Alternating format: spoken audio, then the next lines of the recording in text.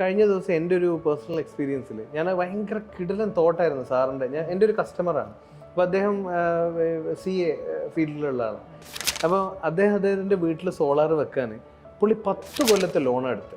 ഇപ്പം നമ്മുടെ കമ്പനിയിൽ നമ്മൾ അധികം കസ്റ്റമർ എടുത്ത് 3 കൊല്ലത്തെ ലോണൊക്കെയാണ് പുഷ് ചെയ്യുന്നത്. അത് ആൾക്കാരും പെട്ടെന്ന് ലോൺ അടച്ചു തീർക്കാനാണുള്ള താല്പര്യപ്പെടുന്നത്. അപ്പോൾ എനിക്കിത് ഭയങ്കര ക്യൂരിയോസിറ്റി ആയി. കാരണം പുള്ളിക്ക് റെഡി ക്യാഷ് നിന്ന് പേയ്മെൻറ്റ് വാങ്ങാൻ കപ്പാസിറ്റി ഉള്ള ആളാണ്. പിന്നെ എന്തിനു നിൽക്കുന്നൊരു തോന്നുന്നു. അപ്പം ഞാൻ വല്ല വിളിച്ചു സാറേ സാറ് 10 കൊല്ലത്തെ ലോൺ എന്താ പുള്ളിയാണ് 3 കിലോവാട്ടിൻ്റെ പ്ലാന്റാണ്. അപ്പോൾ എനിക്ക് ഇതിനകത്ത് നിങ്ങൾ സിസ്റ്റം ഇൻസ്റ്റാൾ ചെയ്താൽ എനിക്ക് അറൗണ്ട് ഒരു 6000 ഉറുപ്പ്യൻ്റെ കറണ്ട് ബില്ല് സേവിങ്സ് 2 മാസത്തെ കിട്ടും. മന്ത്ലി 3000 റുപ്പീസാണ് എനിക്ക് നിങ്ങളിൽ സേവിങ്സ്. ഞാൻ ബാങ്കിൽ കൊടുക്കാൻ പോകുന്ന എൻ്റെ EMI മന്ത്ലി 1350 രൂപയാണ് ഈ 10 കിലോ വാട്ടിന്. ഇപ്പം 2 മാസത്തിൽ ലെറ്റ്സ് 1500, 2 മാസത്തിൽ 3000 ഉറുപ്പ്യ ഞാൻ കൊടുത്തു കഴിഞ്ഞാൽ 6000 ഉറുപ്പ്യൻ്റെ ഇലക്ട്രിസിറ്റിയാണ് ഞാൻ യൂസ് ചെയ്യുന്നത്. ഇപ്പം എൻ്റെ നെറ്റ് സേവിങ് 3000. ഈ പൈസ ഇവിടെ അല്ലെങ്കിൽ വേറെ സ്ഥലത്ത് ഞാൻ കൊടുക്കേണ്ട പൈസയാണ്.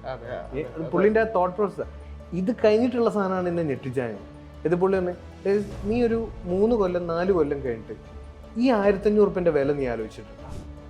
ഇത് EMI ആണ്, സെറ്റാണ്. EMIനകത്ത് അത് മാറൂല. എന്നും 1500 ഈ 10 കൊല്ലത്തേക്ക്.